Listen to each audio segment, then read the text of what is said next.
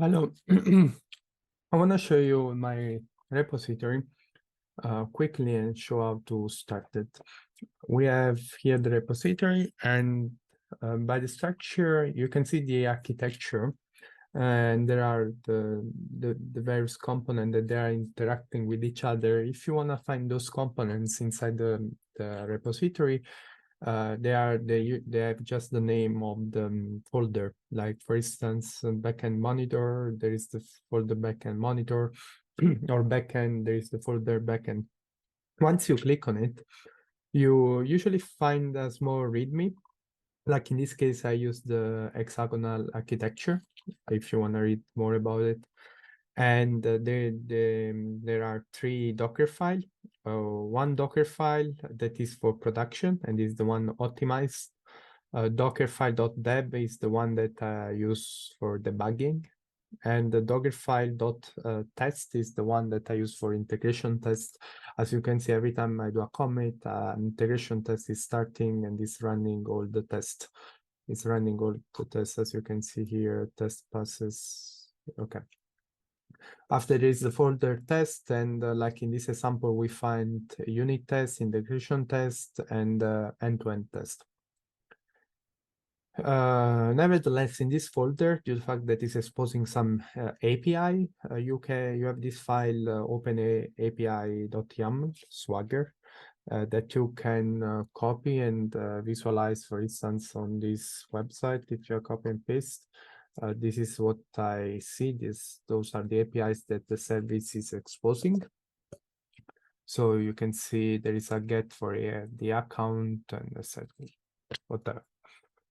Now I want to show you how to start, how to run it locally. I do from scratch, so I copy the repository here, git clone.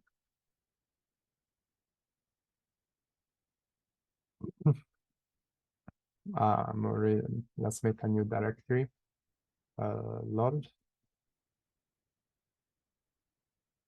Here I can go git clone. It's cloning the project. Now what I'm going to explain, you can read from the README. I think it's easy just to watch a video sometimes. And I go inside the repository.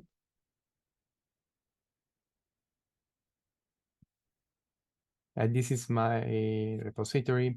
And now I want to run it on Docker Compose, and the end I will run with Kubernetes as well. I created both for Kubernetes and for Docker Compose. So for Docker Compose, I'd go in the folder dev.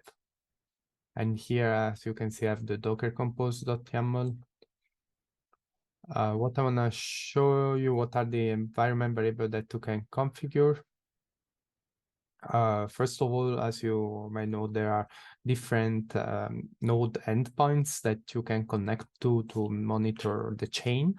And by default, I set the West End. That is the one that I'm using for testing purposes. But you can use Kusama or Polkadot. You change this chain URI in the backend monitor.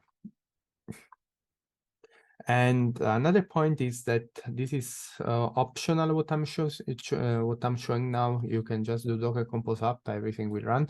But if you want to send a notification, you can set the receivers. Like I set Discord.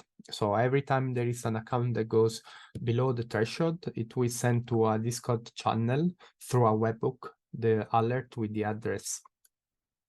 And here there is the link how to set a webhook. I will just do it quickly. I can, I create one server, I already done it. I go here, integrations, webhooks, already created one. Otherwise, I click new webhook, copy webhook art. This is again optional. You don't have to perform this to execute the repo. So now you go in webhook art here, is in the service alert manager because it's the one in charge of sending the alerts. Copy and paste. Perfect. I'm going to delete the webhook after this. In this way, it's more safe. So everything looks done. Here you can read the Docker Compose. Optional is what I explained now. Now I can run this command, Docker Compose up build. So I'm still in depth, so I run Docker Compose up build because in case you run multiple times to rebuild it. Before running it, although I want to show one point, because you have two ways to insert addresses. One is through the front end and the other one is through a list. But the list is loaded at the beginning. So if I now run the command, it will load the list inside the system, and I will not be able to modify anymore. So I go in backend monitor, and I have these addresses.csv that I can open.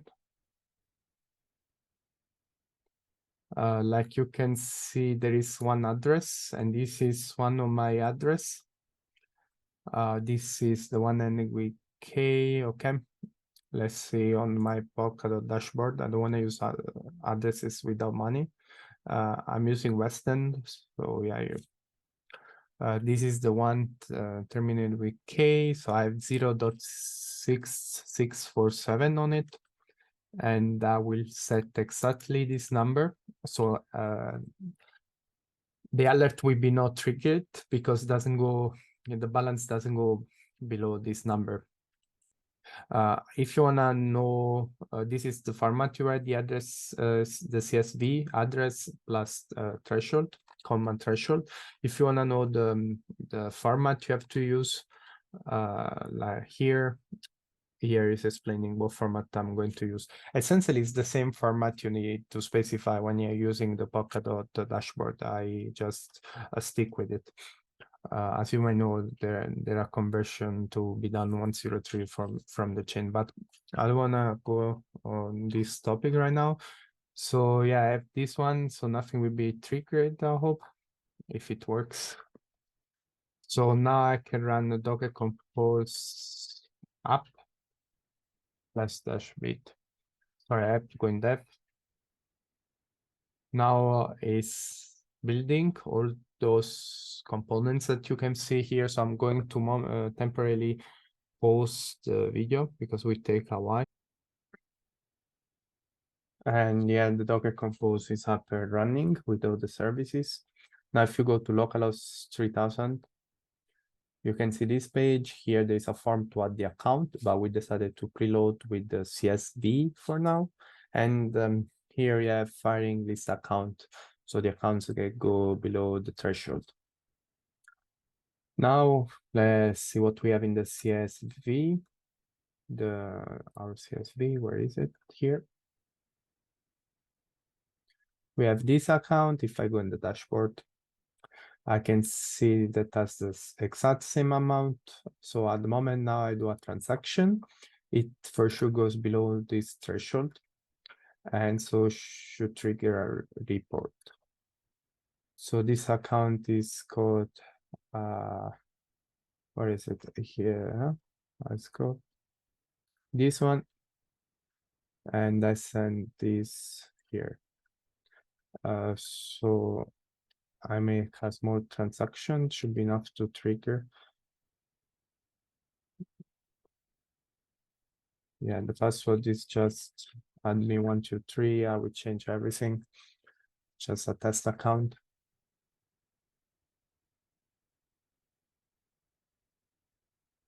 So now if we go in the React app, we see that this address is in the list because it's below the threshold. Before there was nothing, and it's even reporting the block number when this happened.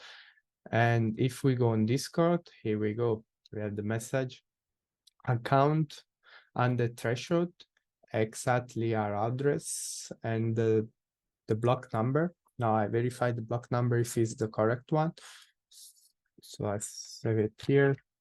to keep it to visualize to you what is the block number. And okay, I have to go in a scan node. So subscan for Western.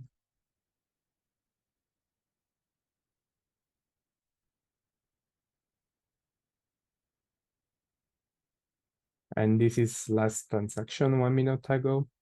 I look, the block number is exactly the same. Yeah, so now we have seen that it works for the preload of the CSV.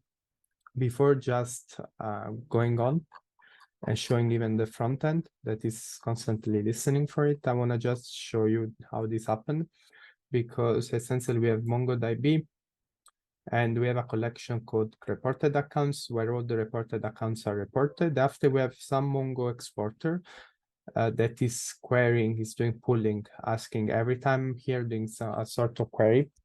And as long as a new instance is added, it goes and it updates the metric.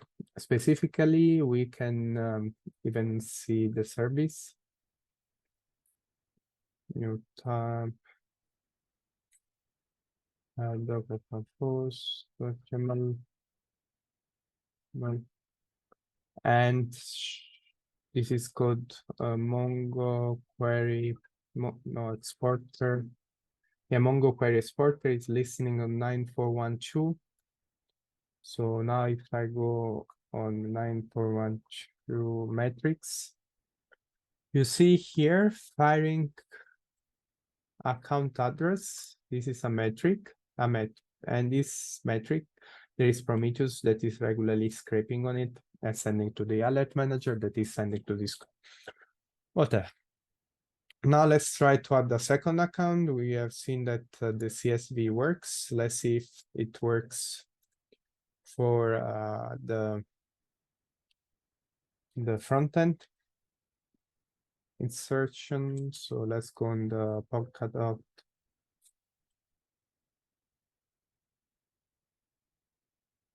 Up.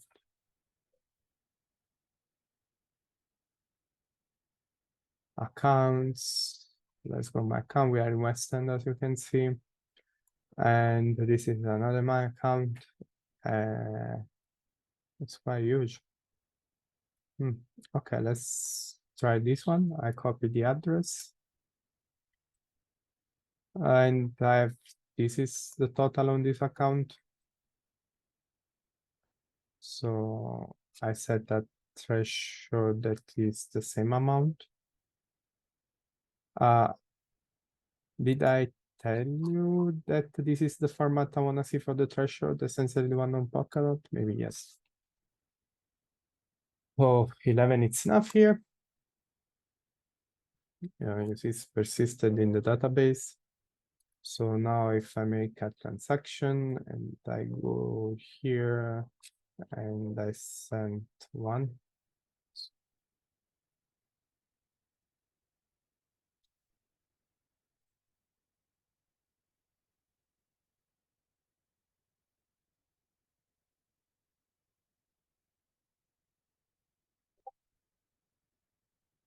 Here we go. We have the second account, the one that I added now with a different block number.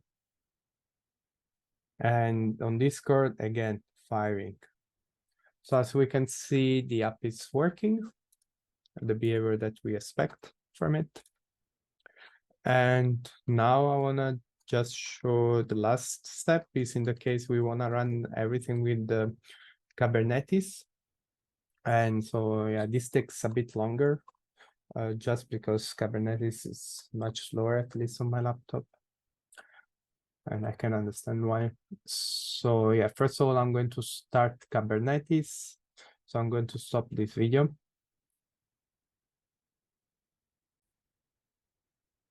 Okay, now Kubernetes is up.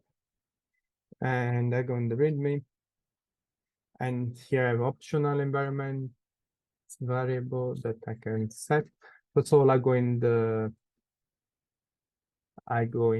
the folder K8S.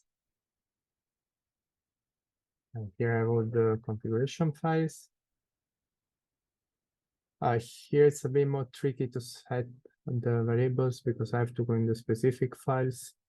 But yeah, okay, first of all, monitor deployment.yaml, monitoring deployment.yaml.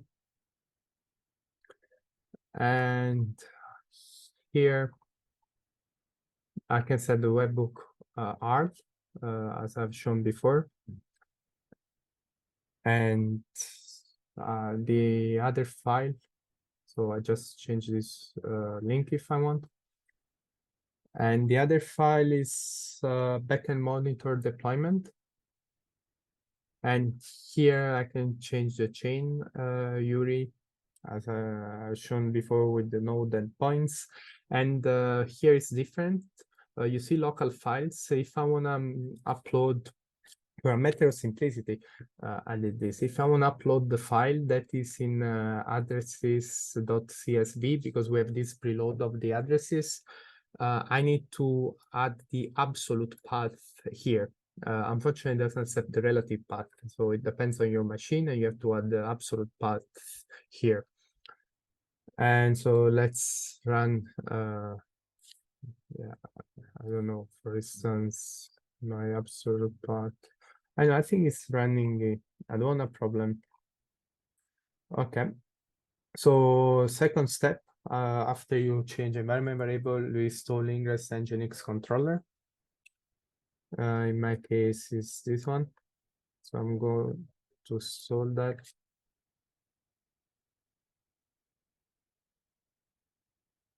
It doesn't exist because I reset my cluster. And after I need to install through Helm the Mongo query exporter. So copy and paste here as reported.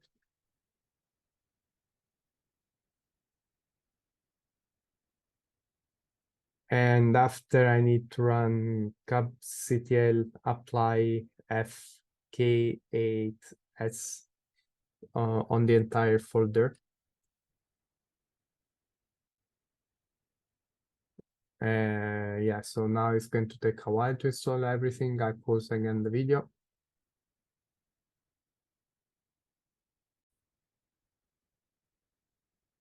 And here we go now.